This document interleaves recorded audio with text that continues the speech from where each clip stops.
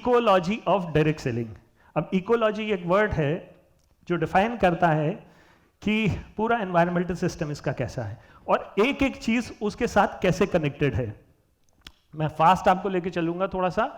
पहला ये जो ऑप्शन आ रहा है ये ग्लोबल स्टैंडर्ड्स पे आता है। ग्लोबल स्टैंडर्ड्स पे WFDA से उसको डिफाइन करता है, बताता है, जिसको आप थ्रू आउट वर्ल्ड फॉलो करते हैं। उसके बाद इंडिया आता है। इंडिया में हम जो गवर्नमेंट की अभी गाइडलाइंस आई हैं उसके ऊपर वर्कआउट करते हैं, उसको जस्टिफाई करते हैं। वो हमारा एक परिमाप बनता है, एक हमारा बेस बनता है। ज्यादातर ट्रेनिंग्स में आप KPMG और FICCI की जो रिपोर्ट अभी आई है लास्ट ईयर, उसके ऊपर हम डिफाइन करते हैं, उसको हम बेस एक मान के चलते हैं टिल 2025। उसमें बहुत सारी कंपनीज आती हैं और उनमें से एक कंपनी है इंडिया के अंदर ड्यूसॉफ्ट। अब ड्यूसॉफ्ट किस लिए इंपॉर्टेंट है? वो बेसिकली ड्यूसॉफ्ट का प्लान है जो एक यूनिकनेस है। अब ड्यूसॉफ्ट का प्लान और प्रोडक्ट, ये दो कॉम्बिनेशन जो होते हैं किसी भी एक कंपनी को सक्सेसफुल या अनसक्सेसफुल बनाते हैं। अब ड्यूसॉफ्ट के अंदर बहुत सारी टीम्स हैं, हर टीम अपने अपने एरिया में वर्क करती है, जो इस पीछे वाले एनवायरनमेंट को देख करके वर्कआउट करती है। जो लीडर्स होते हैं वो उन सब चीजों को देख के वर्कआउट करते हैं। Globally India, Dewsoft and then comes the team.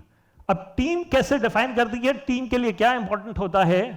वो होता है seminar, BBS, award and recognition ceremony. Normally यही होता है। हर आप किसी भी यूनिवर्सिटी, आप कहीं पर भी जाइए, आप चाहे अमेरिका की किसी भी कंपनी में देखिएगा, चाहे आप फिलीपींस की किसी भी कंपनी में देखिएगा, चाहे इंडिया के भी, ये एक यूनिवर्सल सिनेरियो है जो हर जगह फॉलो होता है। और टीम क्या करती है? जो भी टीम लीडर्स होते हैं वो स्ट्रैटेजीज बनाते हैं। हर टीम अपनी, जहां लीडर ज्यादा कॉम्पिटेंट होते हैं वहां की स्ट्रैटेजी ज्यादा स्ट्रांग होती है। जहां लीडर थोड़ा सा कम कॉम्पिटेंट होते हैं वो मिला करके, जुला करके चलाने की कोशिश करते हैं। लेकिन स्ट्रैटेजी हर टीम अपनी बनाती है। ये यूनिवर्सल फिनोमेना है, क्योंकि वर्ड मैंने आपको लिया है इकोलॉजी ऑफ डायरेक्ट सेलिंग। अब इस इकोलॉजी के अंदर और क्या चीज आती है जो आप इंडिविजुअल लेवल पे करते हैं? 1:1 प्लान, होम मीटिंग और ओपन मीटिंग। इसके बाद जो और उसका बेसिक बनता है वो 4 बेसिक है, और 4 बेसिक के लिए नॉलेज चाहिए। और ये अब आ जाता है केंद्र बिंदु। केंद्र बिंदु को अगर आप देखेंगे तो ये कौन है? ये आप है। अब जो केंद्र बिंदु है वो हमसे शुरू होता है। अच्छा, बुरा, खराब, सही, शुरुआत यहीं से होती है। इस इकोलॉजी का अब आप पूरा ग्राफ देखिएगा तो बहुत मैक्रो लेवल से लेके हम माइक्रो लेवल तक आए हैं। और माइक्रो लेवल पे जो स्ट्रांग हो जाता है उसके लिए मैक्रो लेवल अच्छा होता है, जो माइक्रो लेवल पे वीक होता है उसके लिए मैक्रो लेवल खराब होता है। चाहे वो टीम की बात कर लीजिए, चाहे कंपनी की बात कर लीजिए, चाहे इंडिया की बात कर लीजिए, चाहे ग्लोबल लेवल की बात कर लीजिए। अब मैक्रो लेवल पे एज एन इंडिविजुअल यू आता है तो उसके लिए सबसे क्या इंपॉर्टेंट होता है? एक्शन। ये डिफाइन करता है आदमी की सक्सेस और फेल्योर। ये ड्यूसॉफ्ट की बात नहीं है, आप किसी भी जगह लाइफ में किसी भी सेगमेंट में। अब हम लोग एजुकेशन सेक्टर से हैं तो ज्यादातर मैं एग्जाम्पल्स जो लूंगा वो स्टूडेंट्स के लूंगा। किसी भी बच्चे को अगर पढ़ाई में अच्छा होना है, क्लास 10th में 80-90% मार्क्स लेके आने हैं, तो उसको क्या करना होगा? बेसिक है ये एक्शन। अगर आपका बच्चा जो है वो पूरे साल में 1 महीना 1.5 महीना पढ़ता हो, उसके नंबर कैसे आएंगे? कितना भी ब्रिलियंट हो, अगर वो साल में 1 महीना 2 महीना काम करे, पढ़ाई करेगा, तो उसके एवरेज नंबर आएंगे अगर वो ब्रिलियंट होगा। ब्रिलियंट नहीं होगा तो बस जस्ट पासिंग मार्क्स आ जाएंगे, और थोड़ा सा एवरेज से नीचे हुआ तो वहां 33% मार्क्स आ जाते हैं। ये डिफाइन हमारी लाइफ को करता है, किसी भी सेगमेंट में कहीं पर भी हम हो। अब ये एक्शन के बाद जो इंपॉर्टेंट हो जाता है वो विल होती है। अगर उसके अंदर विल है तो वो डायरेक्ट सेलिंग के अंदर सरवाइव करेगा। आपकी टीम कितनी स्ट्रांग हो, आपके लीडर कितने स्ट्रांग हो, लेकिन आप एक्शन नहीं ले रहे हैं और आपका विल नहीं है, तो आपका अब लाइन कितने भी आपके ऊपर मंत्र पढ़ दे, कितनी भी आपकी पूजा कर दे, आप टस से मस नहीं होने वाले। आप उस टाइम यस मोड में होंगे, जाने के बाद टाइम आप जिस मोड में थे उसी मोड में होंगे। अगर आप विल होगी तो आपका लीडर आपकी स्किल्स डेवलप कर सकता है, अगर आप में नहीं होगी तो फिर हम नहीं कर सकते हैं। उसके बाद ये सारी चीजें आती हैं, self believe, goals, attitude, commitment, submission, team work. हम जितनी भी ट्रेनिंग लगाएं वो इसी एक ब्रह्मांड के अंदर होंगी। ये इकोलॉजी ऑफ डायरेक्ट सेलिंग। तो ये सब्जेक्ट, ये स्लाइड पूरा डायरेक्ट सेलिंग को डिफाइन करती है। उसके सब पार्ट्स अलग अलग नीचे नीचे निकलते रहते हैं, लेकिन हम जितना भी यहां पे करेंगे वो इसी दायरे के अंदर ही करेंगे। अब सब कुछ सही होता है तो फेलियर कहां पे आता है? ये 3 वजह से। आपका ईगो, मनी और कैरेक्टर अगर गड़बड़ है तो आपका अपलाइन कितना भी कर ले, आप में कितनी स्किल विल भी हो, आप नहीं बढ़ेंगे। कहीं ना कहीं यहीं पे फेलियर आता है। अब हम इंडस्ट्री की बात करते हैं, डायरेक्ट सेलिंग की अभी बात नहीं कर रहे हैं, हम इंडियन इंडस्ट्री की बात कर रहे हैं। इंडियन इंडस्ट्री 2 फॉर्म्स में होती है। पूरी इंडियन इंडस्ट्री जो है वो 2 फॉर्म्स में होती है। एक होती है ऑर्गेनाइज सेक्टर और एक अनऑर्गेनाइज्ड। अब कितने लोगों को ऑर्गेनाइज्ड और अनऑर्गेनाइज्ड सेक्टर के बारे में मालूम है? ठीक है, अब आप मेरे को सपोर्ट करना, मैं पॉइंट्स पुट अप करता हूं, उसको आप कंसेंट देना। ऑर्गेनाइज सेक्टर में क्या होता है? सेक्टर जो होता है वो रजिस्टर्ड होता है, जो एम्प्लॉयमेंट होता है वो रेगुलर होता है, कांस्टेंट होता है, fix salaries, social securities benefit उसमें होते हैं, फिक्स्ड वर्किंग आवर्स होते हैं, रूल्स रेगुलेशन फॉलो करते हैं।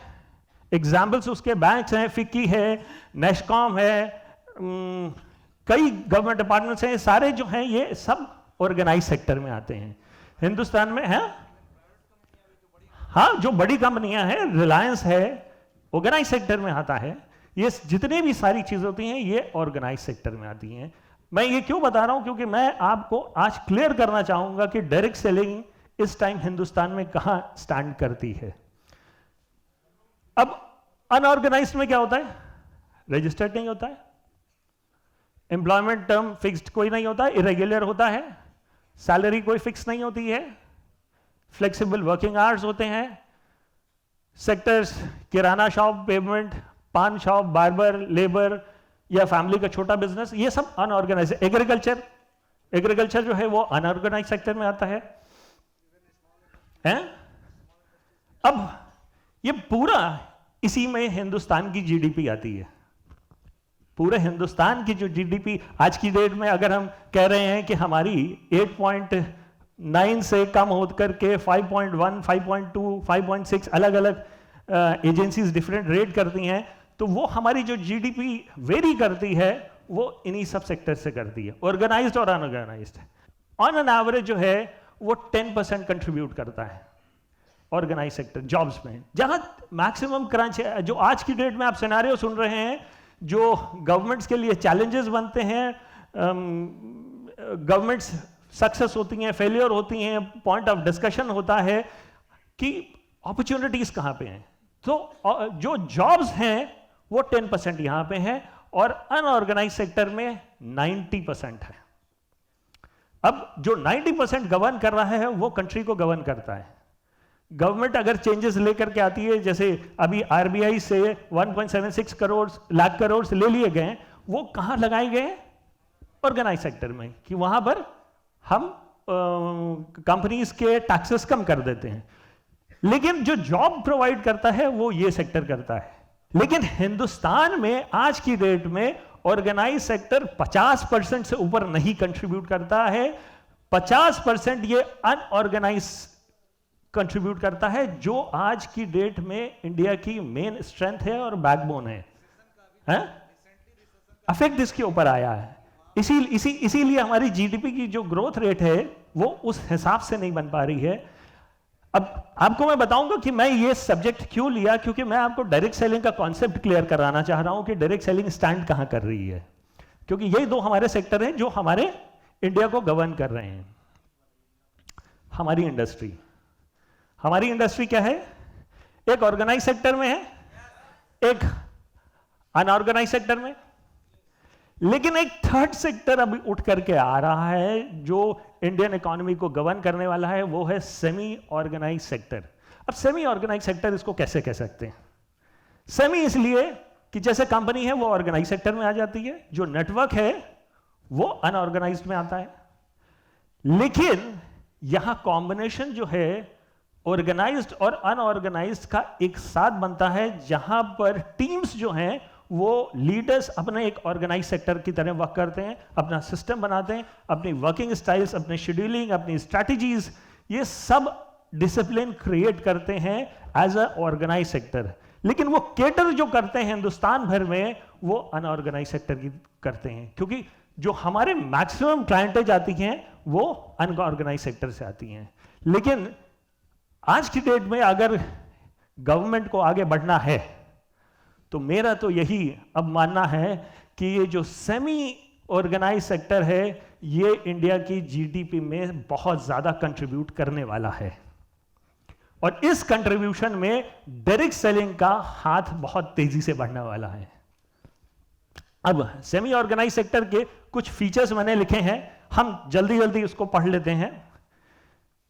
Easy entry, small scale of operation, local ownership, labor intensive and operating using lower technology based methods, controlled pricing, less sophisticated packaging, absence of brand name, unavailability of good storage facility, and an effective distribution system, inadequate access of government schemes, finance and government aids, यह semi organized को नहीं मिल पाता है। lower entry barrier of workers, काफी workers आ सकते हैं इसमें, ऐसा कोई आप इंटरव्यू नहीं लेते हैं, आप कोई ऐसा स्क्रूटनी नहीं करते हैं, तो lower entry of workers, a high proportion of migrants from different sector, जो अनऑर्गेनाइज्ड है वहां से बहुत ज्यादा इसमें आ रहे हैं। Entrepreneur belonging to unorganised sector having high work security and good chances of growth with no leaves। ये कुछ कैरेक्टरिस्टिक्स जो मैंने वर्कआउट करने की कोशिश करी है कि अनऑर्गेनाइज, ये जो सेमी ऑर्गेनाइज सेक्टर आज की डेट में जो इन कमिंग टाइम्स, अभी तो इसकी जीडीपी के कंट्रीब्यूशन 0.008% है, it is almost just negligible in comparison to GDP of the country. लेकिन कहीं ना कहीं मेरा यह थॉट है कि आने वाले टाइम में till 2025 this sector is going to improve and support Indian economy to the tune of at least 3 to 4%, और वो बहुत ज्यादा होगा अगर 3 to 4% हम इकोनॉमी को कंट्रीब्यूट करने लग जाएंगे। इस ग्राफ में आप ये 1996 देख रहे हैं, 1996 में डायरेक्ट सेलिंग की ऑलमोस्ट शुरुआत हिंदुस्तान में हुई थी। 2016 में गवर्नमेंट ने इसके ऊपर रेगुलेशंस दी हैं जो इस इंडस्ट्री को एक स्टैंडर्ड इंडस्ट्री की तरह लेकर चलता है, और ये हम तकरीबन 2025 का ग्राफ लेके चल रहे हैं। इस ग्राफ में अगर आप देखेंगे तो अर्ली मेजॉरिटी जो कंपनीज आ रही हैं, जो नेटवर्कर्स आ रहे हैं, वो अर्ली मेजॉरिटी वाले हैं जो ग्रोथ फेज में आ रहे हैं। यहां पे हम जो थे इस सेक्टर में कि डोलड्रम फेज था। डोलड्रम में क्या होता है, क्या चीज सही है क्या चीज गलत है, वो 50-50 होता है। आप किसी चीज को सही बोलेंगे लेकिन अगला उसको गलत को बोलेगा, और उसका जस्टिफिकेशन के लिए कोई हमारे पास लाइन नहीं होती। लेकिन कौन सी डेट से हुआ है? 9th। अब मुझे आंसर सीनियर से नहीं चाहिए, जो हमारे नए पार्टिसिपेंट से उनसे ये क्वेश्चन चाहिए, क्योंकि ये सब चीजें आपके कंठस्थ होनी चाहिए। जैसे हिंदुस्तान का प्रधानमंत्री कौन है, being an Indian everybody should know कि हिंदुस्तान का प्रधानमंत्री कौन है। आप आज की डेट में इस प्रांगण में जो भी कर्मचारी काम कर रहे होंगे उनसे भी पूछेंगे, वो बता देंगे। उसी तरह से डायरेक्ट सेलिंग में अगर आपने इसको करियर लिया है तो आपको ये डेट कंठस्थ होनी चाहिए। इसलिए मैं फिर से पूछता हूं, कौन सी डेट है? कौन सी है? परफेक्ट। मैं ये डेट आप लोगों से चाहूंगा कि आपके किताबों में नहीं, लेकिन आपके यहाँ पे ये बिल्कुल स्टैम्प्ड होना चाहिए कि कभी भी आप डायरेक्ट सेलिंग में अपना करियर लेके चल रहे हैं तो ये लाइफ की इंपॉर्टेंट डेट्स हैं जो इस करियर के लिए इंपॉर्टेंट बन चुकी हैं। That should be very stamped. तो यहां से हम शुरुआत देख रहे हैं। अगले कैप्शन में हम सिर्फ इतने पोर्शन को देखेंगे। 1996, 2015-16 और यहां से 2025 के लिए एक्सपेक्टेड है 645 बिलियन INR। अब परसेंटेज में अगर हम बात करें तो ये तकरीबन जो है ग्रोथ रेट 550% की एक्सपेक्टेड ग्रोथ रेट है, जो कि डेटा है KPMG और फिक्की का, जिन्होंने एनालाइज करा है।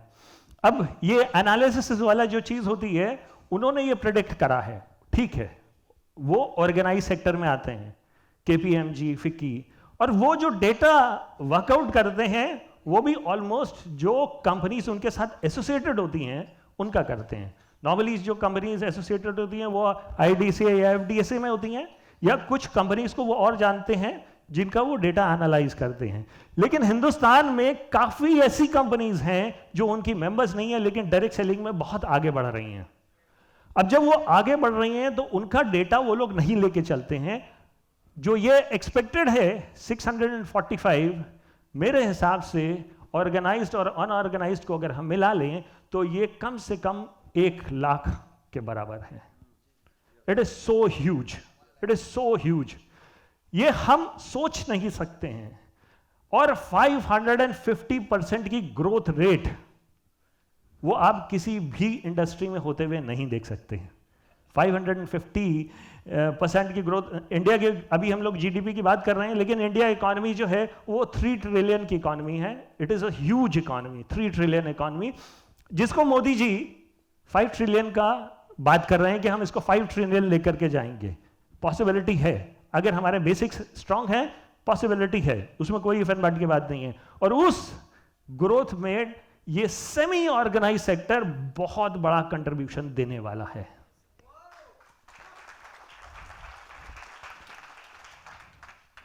ये लेटेस्ट IDSA की जो अभी रिपोर्ट आई थी 25 सितंबर की, पिछली बार हमने फिक्की वाली देखी थी, इस बार के जो हाइलाइट्स हैं वो मैं आपको बता देता हूं। 25 सितंबर को आई थी। ग्लोबल डायरेक्ट सेलिंग इंडस्ट्री की जो वैल्यू है वो $192.9 बिलियन की हो गई है। चाइना ने सुपरसीड कर लिया है अमेरिका को पिछले एक साल में। लास्ट ईयर जब हमने देखा था तो अमेरिका नंबर 1 पोजीशन पे था, लेकिन अभी चाइना ने कर लिया। अब चाइना ने क्यों कर लिया, क्या रीजन हो सकता है? परफेक्ट। चाइना की पॉपुलेशन जो है कितनी है? नहीं, वो तो हिंदुस्तान की हो गई है, 140 के ऊपर है। और अमेरिका के कितनी है? 33-35 के बीच में। अब 4 टाइम पे अमेरिका जो है वो 18% के करीब कंट्रीब्यूट कर रहा था, तो वहां की पॉपुलेशन जो थी वो ऑलमोस्ट 33-34% डायरेक्ट सेलिंग में थी। अब चाइना में इतनी ज्यादा पॉपुलेशन है, उसके कंपैरिजन में करो तो वो प्रोपोर्शन बहुत कम है। लेकिन ये सब ग्रोइंग इकोनॉमीज हैं। South East Asia, Asian countries tremendously they are growing. Philippines, Malaysia, Singapore is a small country. इन सब कंट्रीज में direct selling is growing like anything. और फॉर्चुनेटली इंडिया में इसकी ग्रोथ बहुत तेजी से अब शुरू हो गई है। और इंडिया वाले क्या करते हैं कि जब करते हैं तो ढंग से करते हैं, नहीं तो नहीं करते हैं। और जब उन्होंने करना शुरू कर दिया है तो मुझे उम्मीद है 2025 तक हम इस मैप में, जो वर्ल्ड मैप है WFDSA का, उसमें रिपोर्ट में इंडिया काफी ऊपर आ चुका होगा।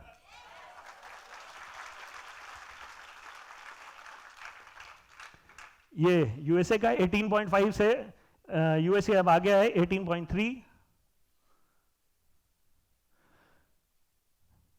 इंडस्ट्री सेल 15-16 में 8,308 करोड़ की थी। 2017-18 में इंडस्ट्री की सेल 11,670 करोड़ की थी। Remember these all data are from organise sector, that what FICCI and KPMG और IDSA they are working upon organise sector. They are not the data of mixture of organised and unorganised sector. 11,000 तो कितना jump लिया है एक साल के अंदर? Almost 3,000 crore के ऊपर।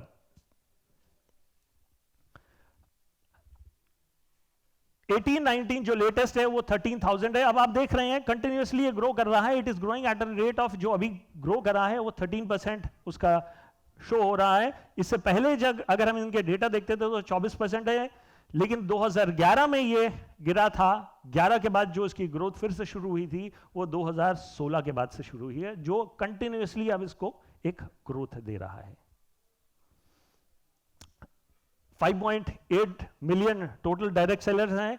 और गवर्नमेंट को आज की डेट में जो फॉर्मल सेक्टर जिसका ये डेटा लिया गया है उसका कंट्रीब्यूशन टैक्सेस में, एक्स चेकर्स का मतलब जो गवर्नमेंट को कंट्रीब्यूशन जाता है टैक्सेस में किसी भी रेवेन्यू फॉर्म में, वो 2,500 करोड़ का आज की डेट में जा रहा है।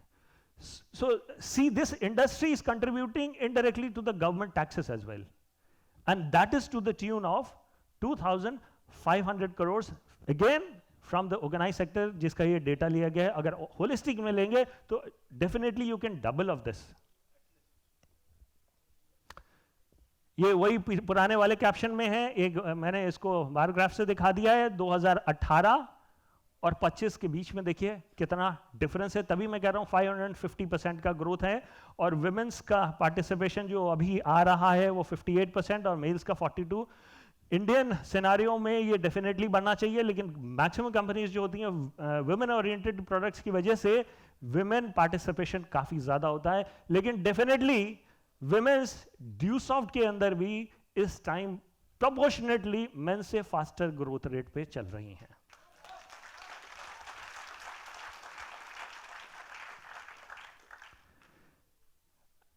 Again, same dates.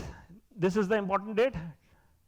9 सितंबर guidelines Indian direct selling industry, और 26 अक्टूबर ये भी आपको मालूम होना चाहिए कि 26 अक्टूबर क्या क्या हुआ था।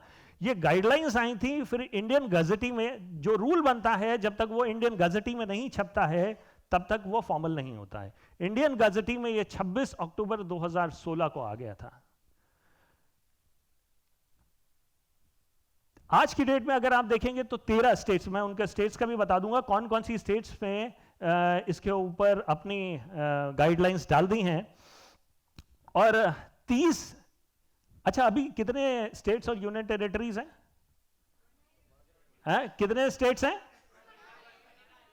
20? 29 is wrong answer. 28. And how many union territories? 9. Correct. 9 union territories and 28 states are there, out of which, अच्छा 28 plus 9, that makes it 37. Out of 37 union territories and states, 13 nodal officers appoint central government ने करे हैं, जिसका data आपको ministry of consumer affairs की site के ऊपर मिलता है।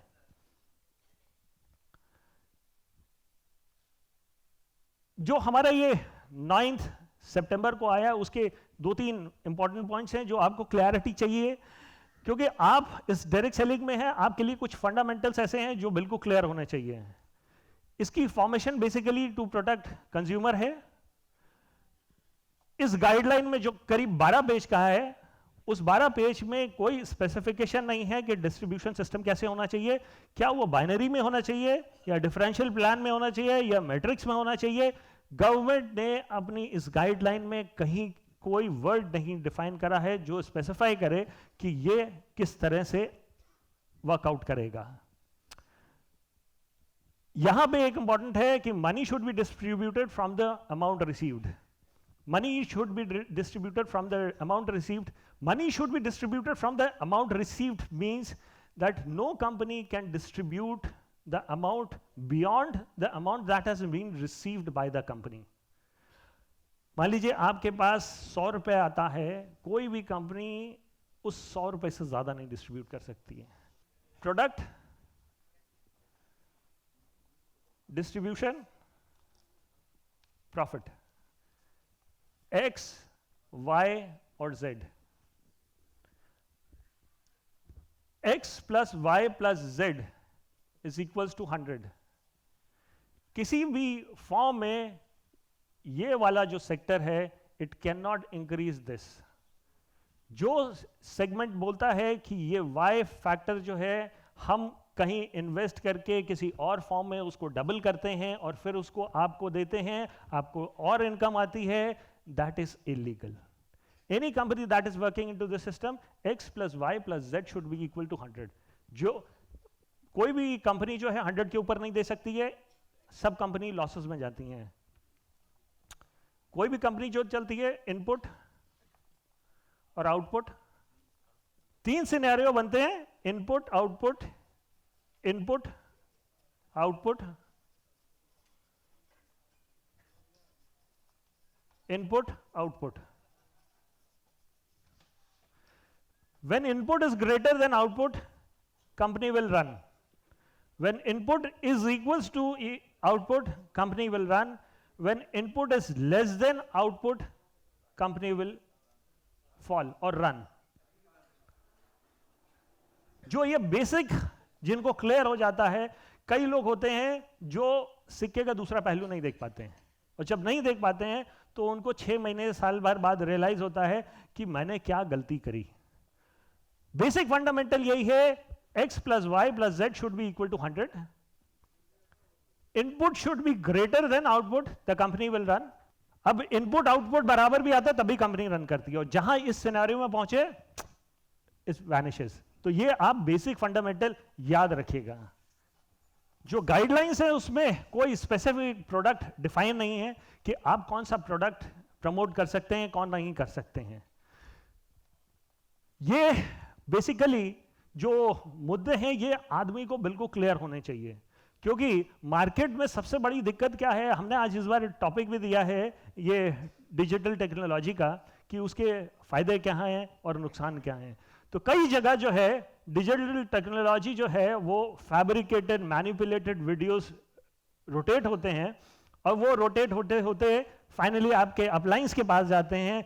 अप्लायंस फिर डिस्कस करते हैं, फिर कहते हैं सर ये तो है ही नहीं, फिर वो फाइनली कंपनी तक आते हैं, फिर उसकी रिवर्स इंजीनियरिंग होती है, फिर वो वापस जाते हैं कि भाई कोई इसका बेस नहीं है, ये सिर्फ फैब्रिकेटेड है, और ये फैब्रिकेशन कोई भी कभी भी शुरू कर सकता है, उसमें कोई एम्बार्गोज नहीं होते हैं।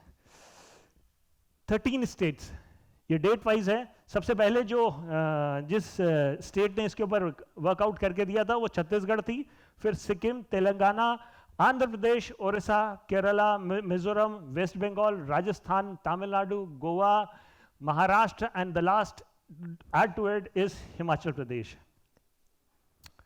ये सारी आपको डिटेल्स गवर्नमेंट की साइट्स के ऊपर मिल जाएंगे, आप कहीं से भी ये देख सकते हैं। अब जो मैंने आपको इकोलॉजी बताया था उसी से ही, क्योंकि अभी तक जो हम चल रहे थे उसी किसी ना किसी सेगमेंट को चलते ही आखिरी तक चलेंगे। Stages of a company, survival stage is 2 years। इसी में पता लग जाता है मेजॉरिटी का कि वो कर सकती या नहीं कर सकती। यहां पे 2 to 7 years it formulates, then explosion 7 to 15 years। जो सीनियर्स हैं वो ड्यूसॉफ्ट का सिनेरियो को जो उन्होंने व्यतीत करा है ये पिछले 19 साल 20 साल, वो इसको बहुत अच्छे से एनालाइज कर सकते हैं कि how did Dewsoft go through these phases. Plateau state 16 to 19, and then finally comes the stable stage that is 20 years and above, and fortunately हम इस लेवल पे पहुंच चुके हैं। So आज की डेट का जो सिनेरियो है इंटरनेशनली, ये इंटरनेशनल डेटाज होते हैं जिसकी एनालिसिस होता है वर्ल्ड वाइड कंपनीज के, उसके बेसिस पे ये बनाया जाता है।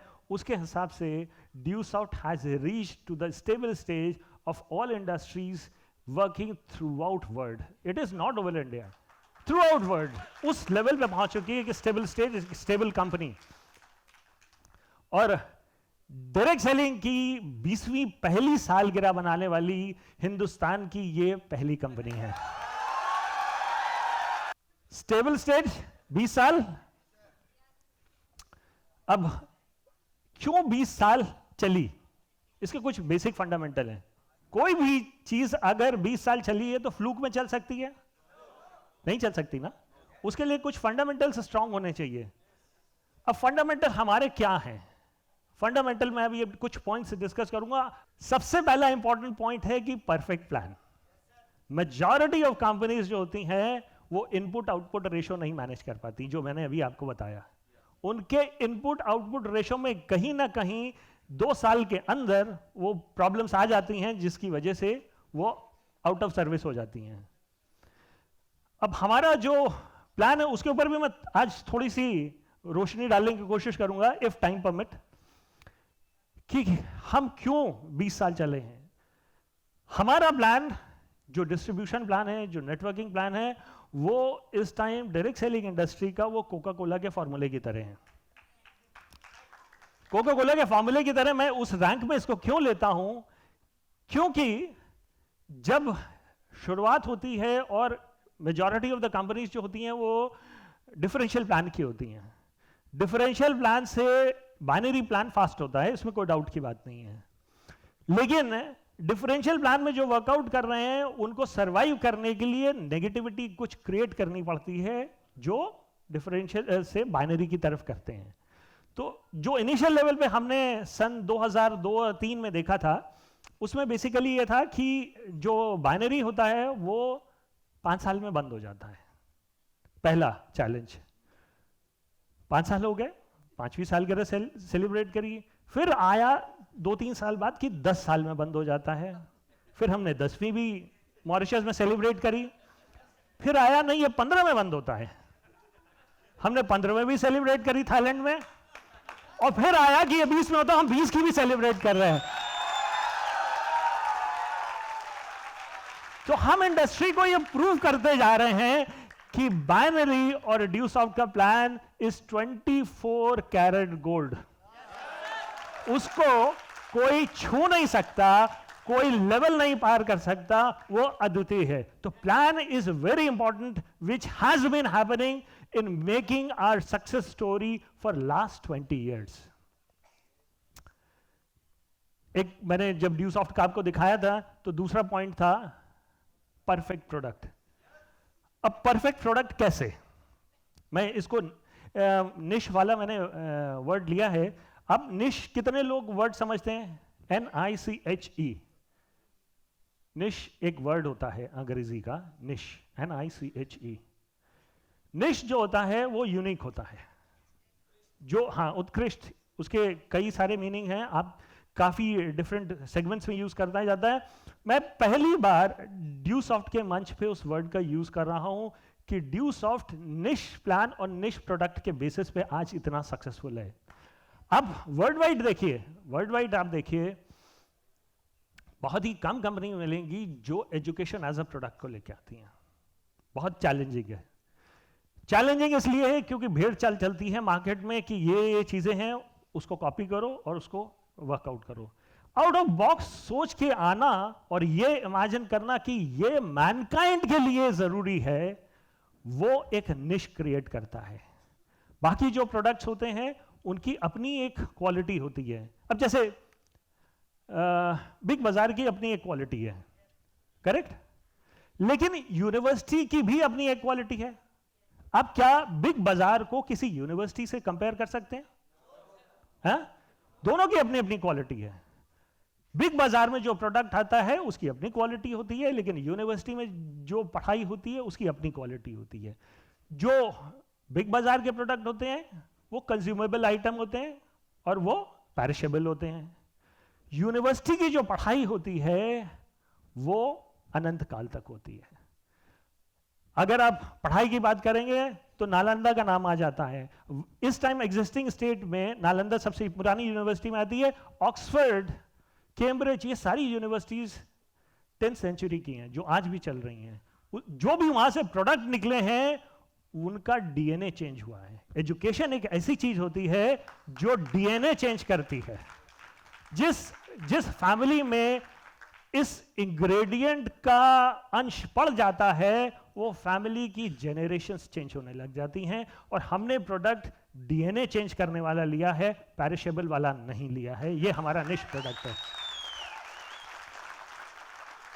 प्रोडक्ट ड्यूसॉफ्ट का अगर आप देखें तो गंगा की तरह है, पानी मानो अगर गंगा जहां से बहती है अगर उसकी वैल्यू देखो तो वो सिर्फ पानी है, नहीं तो गंगा माँ है। उससे बड़े आदमी के कलेश खत्म हो जाते हैं, लोग जा करके डुबकी मारते हैं।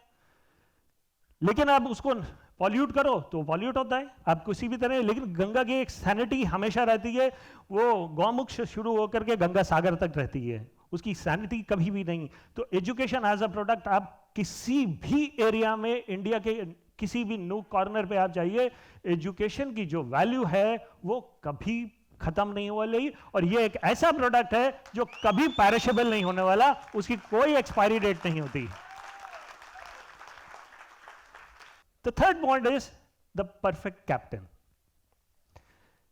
कैप्टन का सही होना बहुत जरूरी है, चाहे वो क्रिकेट मैच हो, चाहे कारगिल के ऊपर जिस टाइम चढ़ाई हो रही होगी वहां पे जो लीड कर रहा होगा, वो जो फोर फ्रंट पे होगा, जो भी हमारे लोग रहते हैं, या अभी जो सर्जिकल स्ट्राइक हुई उसका भी कोई ना कोई कैप्टन होगा जिसने वर्कआउट करा होगा, जिसने डिसीजन लिया होगा, जिसने स्ट्रैटेजी बनाई होगी।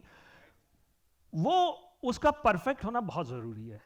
जिस जिस कंपनी के पास परफेक्ट कैप्टन्स होते हैं वो कंपनी हमेशा राइज करती हैं।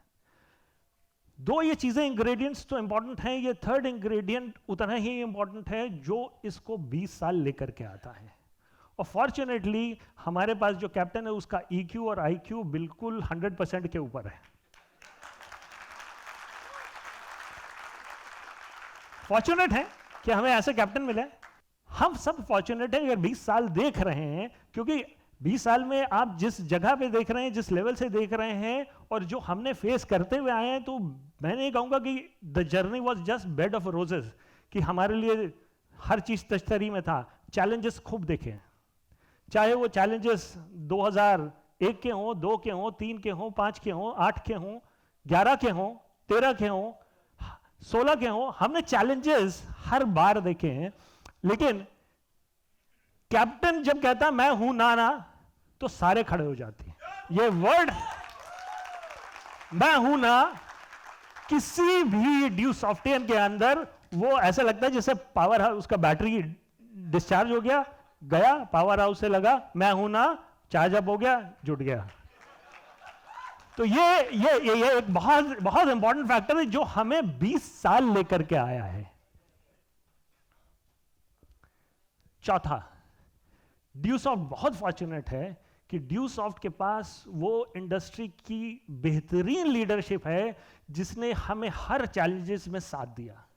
चैलेंजेस हमने फेस करे, लेकिन अकेले हमारे इतना नहीं था सामर्थ्य कि हम पूरे हिंदुस्तान को मैनेज कर सकें।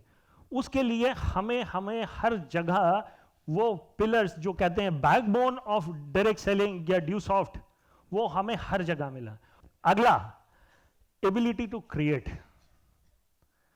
क्रिएटिविटी जो थी वो हमारी इस पूरी सारी चीजों से मिलकर के बनती है। जो हमारी एबिलिटी टू क्रिएट वाली चीज है वो एक बहुत स्ट्रांग मैसेज देती है इस डायरेक्ट सेलिंग इंडस्ट्री को। जो हमें क्राइसिस मिलते हैं, जो हम फाइट करते हैं, जो हम चैलेंजेस देखते हैं, वो एबिलिटी टू क्रिएट वाली जो चीज है वो हमें 20 साल तक लेकर के आती है। अगर हम ये 20 साल नहीं पूरे करते, उसका अगला ये रीजन है कि एबिलिटी टू क्रिएट, हमारी लीडरशिप नई क्रिएटिविटी, क्राइसिस हर तरह के हमने फेस करे हैं, लेकिन हमारे लीडर्स ने फाइट करा है, जीरो से फाइट करा है और बाउंस बैक अपने करियर में, अपनी लाइफ में फिर करा है। तो it is only on the basis of ability to create. Self belief topic आप लोगों को क्लियर है। ऑनेस्टी, जो कंपनी ने कहा है वो करा है। ये आज तक जो हैं उनका तो कोई बात नहीं, इवन जो गए हैं वो भी मुझे कॉम्प्लीमेंट देते हैं कि ड्यूसॉफ्ट की एक सबसे यूनिक चीज रही थी ऑनेस्टी। जो कहा वो करके दिखाया। ऑनेस्टी, कमिटमेंट, रिलेशनशिप, ये सब बेसिक इंग्रेडिएंट्स है, फंडामेंटल, जो हमें इस 20 साल तक कवर करते हैं। ये वाला चैप्टर मैं पहले ले चुका था, कट शॉर्ट करूंगा।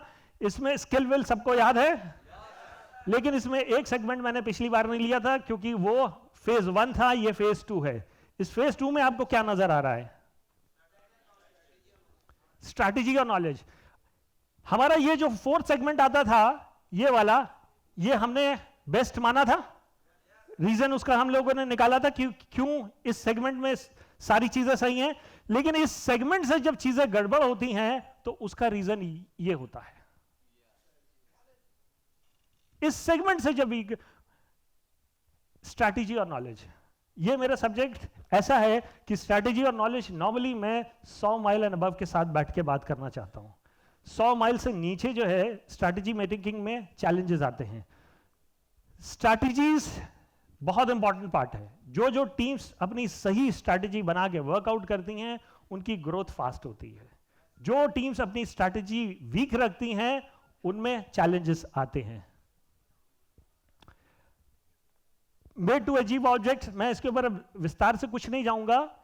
ये आप क्या हैं और क्या करना चाहते हैं उसको दर्शाता है। ज्यादातर स्ट्रैटेजीज आप देखते हैं क्रिकेट मैच में, जैसे धोनी होते थे, लास्ट ओवर है, किसको बॉल देनी है, कहां पे फील्डिंग सेट करनी है, कैसे हमें जीतना है, वो क्राइसिस में वर्कआउट होती है। और वो स्ट्रैटेजीज जो बना लेते हैं वो हमेशा जीतते हैं। और दो स्ट्रैटेजिस्ट मुझे ड्यूसॉफ्ट में सबसे अच्छे लगते हैं। एक संजय दीवान की स्ट्रैटेजी मुझे समझ में आती है, एक चिंटू जी कुमार मनीष की स्ट्रैटेजी हमेशा मुझे पसंद आती है। जब भी हम वर्कआउट करते हैं कि कब सेमिनार हो, कब इवेंट हो, कैसे हो, कहाँ हमारा शेड्यूलिंग है, इनकी हमेशा स्ट्रैटेजीज जो होती हैं पहले से वर्कड आउट होती हैं। और मेरे को भी इस 20 साल में इन दोनों ने भरपूर सहयोग दिया। हालांकि मुझे सहयोग हर सीनियर लीडर से आया है, कोई भी ऐसा सीनियर लीडर नहीं जिसने मुझे कहीं पर सहयोग की कोई कमी करी हो। लेकिन best out of best is Chintu and वो कुमार मनीष एंड संजय दीवान, दो की मुझे बहुत पसंद आती है। ये चीजें आप इन लोगों से जरूर सीख सकते हैं। डिफेंस में होती है, अभी जैसे सर्जिकल स्ट्राइक हुई है, उसकी भी स्ट्रैटेजी बनी होगी ना, एकदम से तो नहीं हो गया होगा आउट ऑफ ब्लू। तो ये मैंने एग्जांपल लिए हैं, इसके डेप्थ में जिस दिन बैठूंगा तो कम से कम 2 घंटे का है। Strategy making and knowledge. निश प्रोडक्ट, जैसे मैंने आपको बताया कि ड्यूसॉफ्ट का निश प्रोडक्ट है प्लान बाइनरी है। अब मैं प्लान क्यों निश की तरह यूज कर रहा हूं? Majority of the companies existing in direct selling in India are not binary, they are of differential plans. अब बाइनरी में भी 1:2 वाली मुझे इस टाइम कोई कंपनी नहीं दिखती। बाइनरी वाली इस टाइम इस इंडिया के सिनेरियो में कोई कंपनी नहीं दिखती। 20 साल वाली तो आप भूल जाइए, 20 साल वाली तो कोई चांस ही नहीं है। लेकिन 1:2 में हमेशा 1:1 से 50% ज्यादा डिस्ट्रीब्यूशन होता है। वो भी मैं अभी थोड़ा सा आपको बता दूंगा। Best relationship between upline and downline, ये बाइनरी में जो रिलेशनशिप होता है वो हमेशा प्रॉफिटेबल होता है। जो रिलेशनशिप रिगार्ड्स जो होते हैं, हम नेटवर्क बनाते हैं जिसका जो बेसिक फंडामेंटल होता है वो हमें बाइनरी में मिलता है। और ये 50% हमें ज्यादा ग्रोथ देता है और अपलाइन डाउनलाइन का सपोर्ट आता है। इसमें ये मैं एक फाइनल पॉइंट, इंपॉर्टेंट पॉइंट है, अगर आप ध्यान दीजिए, जितने भी डिप्लोमेट्स एंड अबव है उनके लिए बहुत इंपॉर्टेंट है कि आप जब भी वर्क कर रहे हैं, अपनी टीम के साथ वर्क कर रहे हैं, आप जब भी वर्क कर रहे हैं, आपका जो पोजीशनिंग है वो आउटर लेग में होनी चाहिए। आउटर लेग का मतलब क्या है कि आप जो भी आपकी सर्टेन जगह पे अगर आपकी एंट्री है तो आपकी नेक्स्ट एंट्री कैसे, ये इंपॉर्टेंट इसलिए है कि ये बाइनरी और 1:2 में सबसे कारगर है। इससे क्या होता है कि 75% लोगों की ऑटोमेटिक लेग बिल्डअप हो जाती है। 75% लोगों की अगर लेग बिल्डअप हो जाती है तो प्रोबेबिलिटी ऑफ सक्सेस रेशियो आपका ऑटोमेटिक बढ़ जाता है। और ये जो मैंने आपको बोला, निश प्रोडक्ट एंड निश प्लान, 75% जो है एक लेग में अपने आप बिल्डअप हो जाता है। बारीकी थोड़ी सी समझ लीजिएगा।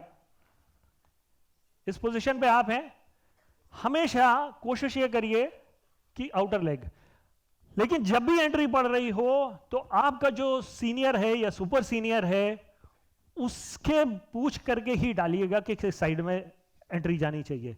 रीजन क्या है? जो भी सुपर सीनियर बैठा है उसके अगर आप आउटर लेग में डालेंगे, आप होंगे तो स्पिल ओवर आने के चांसेस ज्यादा हो जाते हैं। तो उसमें ऑटोमेटिकली आपका एक लेग बिल्डअप होगा। और जो पहली ज्वाइन नहीं हो वो चाहे इस साइड की हो या इस साइड की, इसका हमेशा ध्यान रखिएगा कि ये चाहे इसके आउटर में हो या इसके आउटर में। मेरा सजेशन ये है कि पहली 3 जो एंट्री बने किसी की भी अगर पढ़े तो वो अगर आउटर लेग में पड़ती हैं तो वो उसका एक लेग ऑटोमेटिकली बन जाता है। 75% ऑफ द टाइम आपको 1:2 में सबसे बड़ा प्रॉफिट यही है कि आपको कहीं और देखने की जरूरत नहीं है, सिस्टम अपने आप वो लेग चलाता रहता है।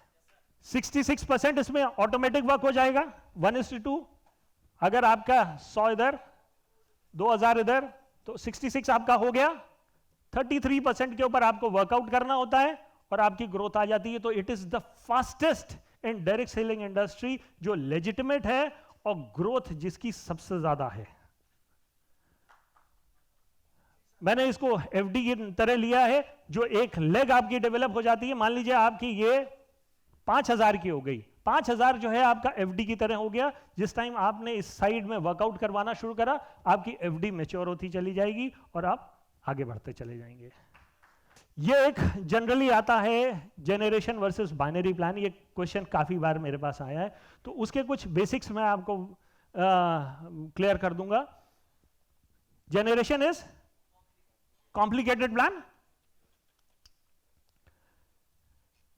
ज्यादातर जेनरेशन प्लान की लॉन्ग पे साइकिल्स होती हैं, इतनी फास्ट बाइनरी में जितनी होती हैं उतनी जेनरेशन में आती हैं। 6 to 10 लेग्स नॉर्मली बैलेंस करने होते हैं। अब आप देखिए कि नॉर्मली आप जब वर्क करते हैं तो 2 लेग चलाना चैलेंजिंग होता है। जिन लोगों की 1:1 चलती है उनके लिए बहुत चैलेंजिंग लगता है। वो हमेशा उधर देखते हैं कि यार इसका कैरी फॉरवर्ड है, अगर मेरी भी यही पोजीशन होती तो मैं फट्टे चक देता, मेरी जो ग्रोथ होती वो अनपैरेलल होती। तो बाइनरी में हमेशा ये एक एडवांटेज रहता है जो डिफरेंशियल में नहीं आता है। अब 2 होंगे तो फोकस। अच्छा एक चीज बताइए, किसी की शादी हो रही हो, उसको आप स्टेज पे जा करके कोई गिफ्ट देते हैं, गिफ्ट देने के साथ उसके कान में आप उसको कॉम्प्लीमेंट देते हैं, जा तेरे 10 से 12 बच्चे हों। आदमी खुश होगा कि वहीं पे दुखी हो जाएगा? हैं? क्यों? आपने तो उसको अच्छी बात बोली ना, स्टेज पे जाके उसकी बीवी बगल में खड़ी है और उसको कॉम्प्लीमेंट दे रहे, जा तेरे 10 से 12 बच्चे हो। आप उसको गाली दे रहे हैं क्या? हैं? दूधो नहाओ बूतो फलो, आगे बढ़ो। लेकिन आज की डेट में यहां जितने यंगस्टर्स बैठे होंगे, अगर उनसे पूछें कि भाई अगर आप फैमिली प्लान आउट कर रहे हैं तो आप कितने, तो कहेगा 2, हम 2 हमारे 2। यही फर्क जो है जेनरेशन और बाइनरी में है। अभी तो और वो वाली जब प्रोसेस आएगी तो फिर आर्टिफिशियल इंटेलिजेंस से बहुत चीजें होने लग जाएंगी। कंपल्सरी रीपर्चेज, ये सबसे बड़ा चैलेंज रहता है कि आपको महीने में अगर आपका 4000 का चेक बना है तो 2500 की आपको रीपर्चेज करनी पड़ेगी। और इसकी वजह से सबसे बड़ा दिक्कत क्या आता है, कंपल्सरी रीपर्चेज की वजह से, जो जैसे हमारे सुपर सीनियर्स आगे बैठे हैं, ये अगर किसी डिफरेंशियल प्लान में होते तो इनके अपने पर्सनल 3 वेयर हाउस होते हैं, 3 वेयर हाउस होते और उसके अंदर ये रोज जाकर देख रहे होते कौन से प्रोडक्ट की एक्सपायरी आ गई है, उसको पहले निकालो, उसको पहले निकालो। क्योंकि compulsory repurchase, you have to buy the product because this is the part of the system. अगर आप जब तक 2500 का नहीं खरीदेंगे तब तक आपका 4000 का चेक नहीं आएगा। ये जो निश प्रोडक्ट और निश कॉन्सेप्ट की बात करता हूं, एजुकेशन एज अ प्रोडक्ट की कोई एक्सपायरी नहीं होती है। एजुकेशन एज अ प्रोडक्ट की कभी, और जहां पे एक्सपायरी नहीं होती वहां रीपर्चेज का सवाल ही नहीं होता। वॉश आउट ऑफ सेल 1 महीना काम करा, फिर उसके बाद जब पहला पे आउट 10 तारीख को आया, उसके बाद जा देखा सारा मैदान साफ है, फिर यह सोचता है कि कहां से शुरू करूं। ज्यादातर मैंने आपको इसमें बताया था कि 3 सेक्टर होते हैं, X Y Z, product, distribution, profit. अब जो डिस्ट्रीब्यूशन होता है वो एक्स वाई जेड से होता है। अब वाई का अमाउंट जो भी हो, ज्यादातर डिफरेंशियल वाले क्या करते हैं, उसको 7 तरीके से प्रेजेंट कर देते हैं। आपको उसको तश्तरी में लाके दिखाते हैं कि देखिए 7 तरह की इनकम है, लेकिन इनकम जाएगी कहां से जब तक यहां से नहीं जाएगी। तो 7 तरह की जब आप इनकम उसमें डिस्ट्रीब्यूशन देख रहे हैं, इनिशियल लेवल पे जब आप देखते हैं आपको बहुत अच्छा लगता है, लेकिन जब आप उसको फील करते हैं तो वो उसी वाई अमाउंट से दिया जाता है, और वाई अमाउंट में यहां तक पहुंचने के लिए 6ठी और 7वीं के लिए राइडर्स बहुत सारे होते हैं। राइडर्स इतने सारे होते हैं कि जब आदमी वर्क करने लगता है तब उसको राइडर का मतलब समझ में आता है कि ये एक एस्ट्रिक लगा हुआ था जिसपे मैंने ध्यान नहीं दिया, कंडीशन अप्लाई। और जब कंडीशन अप्लाई का समझ में आता है तब तक 2 साल निकल चुके होते हैं, और फिर उसको लगता है कि I have been better in a binary system than in a differential plan system. Expiry of product मैंने आपको बता ही दिया। स्लो ग्रोथ होगी, इसमें कोई इफ एंड बट की बात नहीं है, क्योंकि आप 6-8 बच्चे पाल रहे हो तो आपको टाइम ज्यादा लगेगा कि 2 बच्चों पालने में ज्यादा टाइम लगेगा? आप कितना कंसंट्रेट कर सकते हो, कितना फोकस कर सकते हो? 6-8 में तो डिस्ट्रीब्यूटेड रहता है ना, प्लस अपलाइन डाउनलाइन का जो रिलेशनशिप बाइनरी में बनता है वो कभी डिफरेंशियल में नहीं बन पाता है। Simple plan, easy to present, short pay cycle, focus on 2 legs, better support system क्योंकि आपके 2 ही हैं, better relationship between upline and downline, fast growth और कैप। ये सारी इंग्रेडिएंट्स जो होती हैं बाइनरी की होती हैं। इसका मैंने एग्जांपल लिया था कि टेस्ट मैच होता है और T20 होता है, दोनों it is a part of cricket, ठीक है। अब जो लोग टेस्ट मैच खेलते हैं वो हमेशा कहते हैं कि T20 इज नॉट क्रिकेट, उनका ये हमेशा रहा है। जब T20 क्रिकेट इंट्रोड्यूस हुआ इंडिया में तो उसके बहुत सारे ऑब्जेक्शंस भी आए, कई लोगों ने बोला कि ये चीज नहीं होती, नहीं चलती, लेकिन क्या test cricket is not good cricket और T20 is not good cricket? दोनों ही है। यही बेसिक डिफरेंस जो होता है वो डायरेक्ट चलेंगे, लेजिटिमेट दोनों हैं।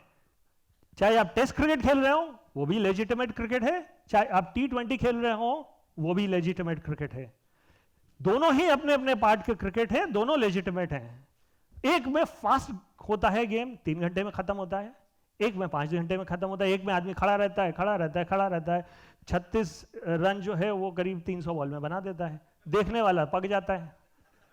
नहीं भाई, व्यूअरशिप ऑटोमेटिकली इसीलिए कम हो जाती है ना। तो this is basically a difference. ये मैंने एक एग्जांपल लेने की कोशिश करी, what is the difference between a binary and generation plan. Generation plan is like a test cricket. अब टेस्ट क्रिकेट की शुरुआत पहले हुई, बाइनरी की बाद में हुई, सॉरी T20 की बाद में हुई, लेकिन ICC से दोनों को लेजिटिमेसी है, दोनों लेजिटिमेट फॉर्म ऑफ क्रिकेट हैं। उसी तरह से बाइनरी और डिफरेंशियल फॉर्म वो भी गवर्नमेंट की तरह से legitimate form of working distribution है। तो दोनों ही सही हैं, बस एक फास्ट है एक स्लो है।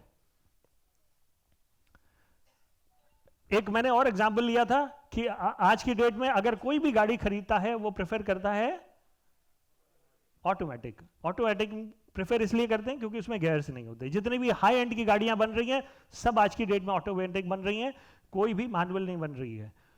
तो मैनुअल जो है it is like generation plan and automatic is like binary plan. ये छोटे छोटे एग्जांपल्स हैं जिसे आप अंडरस्टैंड कर सकते हैं। मिथ्स कुछ थे कि बाइनरी में कम पैसे हैं, तो ये अब आप समझ चुके होंगे, बाइनरी में कोई कम पैसे नहीं है। बाइनरी पिरामिड इलीगल है, बिल्कुल नहीं है। गवर्नमेंट के रूल्स रेगुलेशन कहीं पर भी देख सकते हैं। नो रीपर्चेस ऑफ इनकम, ये नॉर्मली पूछा जाता है कि इसमें रीपर्चेस नहीं है। जिस प्रोडक्ट की अगर एक्सपायरी नहीं है वहां पे ऑटोमेटिक रीपर्चेस नहीं आएगा। कोई भी आप सब्जेक्ट देख लीजिए, जो भी प्रोडक्ट जिसकी एक्सपायरी नहीं होगी उसका रीपर्चेस नहीं होगा। गवर्नमेंट सेक्टर में क्या आज की डेट में होता, अरे डिफरेंट सेक्टर में क्या आज की डेट में है कि अभी एक केस चल रहा है between 2 big companies. High court से फ्लिपकार्ट वर्सेस एमवे, इनका हाई कोर्ट में केस चला था कि एमवे के प्रोडक्ट्स जो थे वो फ्लिपकार्ट के ऊपर सेल आउट हो रहे थे। तो एमवे ने ऑब्जेक्ट करा कि हमारे ये नहीं होना चाहिए, बिगर हमारी परमिशन के हमारे प्रोडक्ट्स नहीं हैं। लेकिन फ्लिपकार्ट ने बोला कि आपके डिस्ट्रीब्यूटर हमारे पास लेकर के आते हैं, हम नहीं जाते हैं उनके पास। अब डिस्ट्रीब्यूटर के पास सबसे बड़ा चैलेंज क्या है कि वो प्रोडक्ट उसके एक्सपायरी डेट की तरफ जा रहे हैं, कंज्यूम हो नहीं रहे हैं, कंज्यूम हो नहीं रहे हैं, तो वो लास्ट एक्सपायरी डेट जिसकी 3 महीना बची है वो सब ऑनलाइन डालता जा रहा है कि वहां से एटलीस्ट सेल हो जाए। तो वो उसके ऊपर डाल करके, और ये अभी सुप्रीम कोर्ट में आ गया है जहां पर ये डिसीजन स्टिल पेंडिंग है कि ये सही है कि गलत है। लेकिन ये आने वाले टाइम में बहुत बड़ा चैलेंज है। आप अपनी फैमिली को जितना प्यार कर सकते हैं, अपने बच्चों के साथ जितना अच्छा टाइम व्यतीत कर सकते हैं, अपनी टीम को, अपने करियर को जितना अच्छा कर सकते हैं, वो करने की कोशिश करिए, क्योंकि हम मिशन 2025 शुरू कर रहे हैं।